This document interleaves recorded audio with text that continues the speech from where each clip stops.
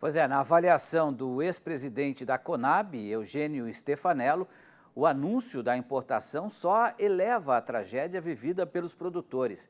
Quem traz os detalhes direto de Curitiba é o diretor do Canal Rural Sul, o Giovanni Ferreira. Boa tarde. Olá, Petri, boa tarde. Então, essa possibilidade do Brasil autorizar a importação de ainda mais arroz do Mercosul preocupa muito o setor, produtores e entidades, em relação à queda no preço do produto interno. Mas sobre essa questão de um possível ou não desabastecimento, nós conversamos agora com Eugênio Stefanello, ex-presidente da Conab, que inclusive é produtor com a família no Rio Grande do Sul. Stefanello, qual o real cenário, qual o real momento de oferta e demanda de arroz no Brasil? Nessa safra, o Brasil produzirá e consumirá 10 milhões e meio de toneladas de arroz, das quais 7 milhões e meio produzidas no Rio Grande do Sul. Faltava colher 1 milhão e 300 mil toneladas de arroz em casca quando começou a chover, e parte disto será perdido, bem como parte de produto armazenado que foi atingido pelas águas. Supondo esta quebra entre 800 mil a 1 milhão de toneladas, basta citar que o Brasil importa naturalmente do Mercosul 1 milhão e 400, 1 milhão e 500 mil toneladas de arroz por ano, razão pela qual não há nenhuma necessidade de importações, principalmente no presente momento, que o aumento do preço do arroz em casca se deve mais a impossibilidade de escoamento do produto de forma normal do que a falta do produto no período de colheita. O problema então não é a oferta, é a logística. Ok, e em relação ao feijão, outra polêmica, mas o Rio Grande do Sul produz muito pouco feijão, né? Há possibilidade de desabastecimento? O Brasil produzirá neste ano safra 3 milhões e 200 mil toneladas de feijão, os brasileiros consumirão 2 milhões e 900 mil toneladas. E o Rio Grande do Sul produz apenas 77.500 toneladas de feijão, que, aliás, a safra já estava praticamente colhida quando iniciou as chuvas. E, inclusive, no Paraná, que é o maior produtor, nesses últimos dias houve uma queda do preço do feijão preto e do feijão de cor entre 9% a 11%, mostrando que o mercado está totalmente abastecido e sem nenhuma necessidade de importações. Stefanello, eu agradeço a sua participação no Canal Rural. Petri, é com você.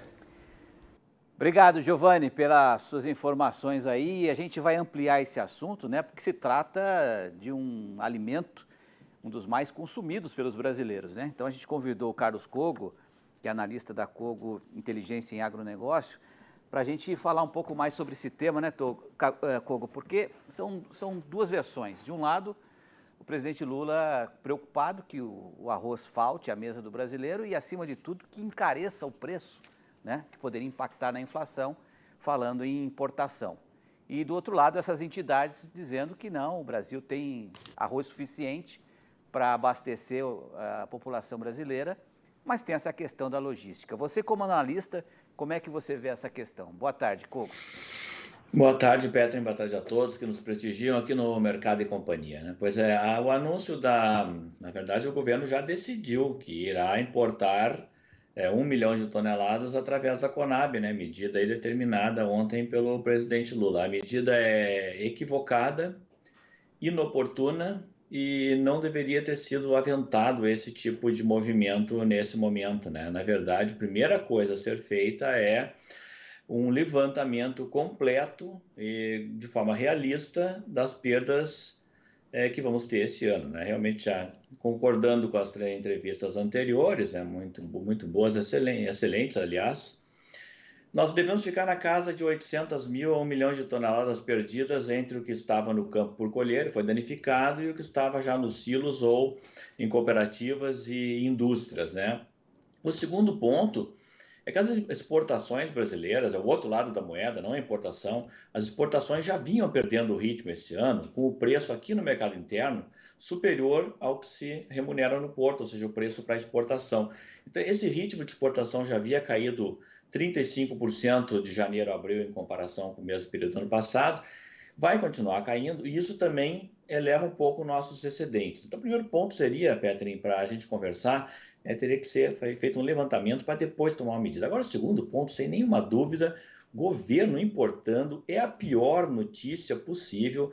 O histórico nosso, né? Eu tive 8 anos na Conab, lá nos anos 80 e 90, o governo importando é uma má notícia. O governo, isso abre espaço para corrupção, brechas para especulação, operações mal sucedidas, demora, né? A produto importado demora, precisa de experiência comercial, o governo já não atua em importação há muito tempo. Além disso, pode-se importar volumes desnecessários, como já foi feito no passado com trigo, já foi feito com arroz também. E hoje, Coco, de onde viria esse arroz? Já cometemos esse erro. De onde viria esse arroz, né? Porque o Paraguai, por exemplo, está passando pelo mesmo problema, teria que vir da Ásia. Você imagina trazer arroz da Ásia?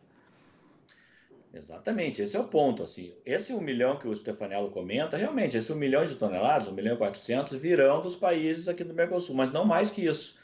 Principalmente Paraguai, somado com Uruguai e Argentina. Isso já entra normalmente no Brasil, o setor privado se encarrega de fazer bem isso. Qual é a segunda opção? Você trazer arroz da Ásia, aí os nossos fornecedores seriam Tailândia, Vietnã, Paquistão e Índia, ou Estados Unidos. Estados Unidos estão vindo de uma safra menor, com problemas de oferta, mas estão em entre safra, recém-plantando a safra nova. Ásia, qual é a situação da Ásia?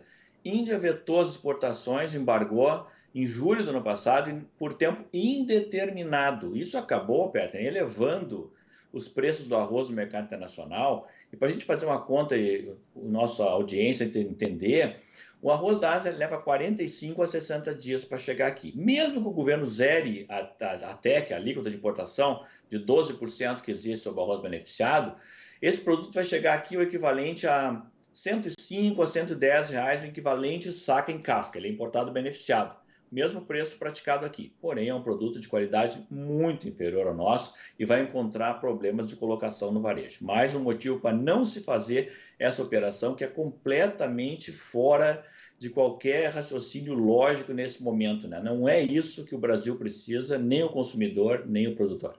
Agora, ampliando um pouco, é claro que os levantamentos estão sendo feitos ainda, mas o que dá para dizer já em relação ao impacto dessas enchentes na agricultura, na agropecuária gaúcha, né? Estamos falando de soja, né? Que já foi colhida, mas ao mesmo tempo isso terá um impacto na próxima safra.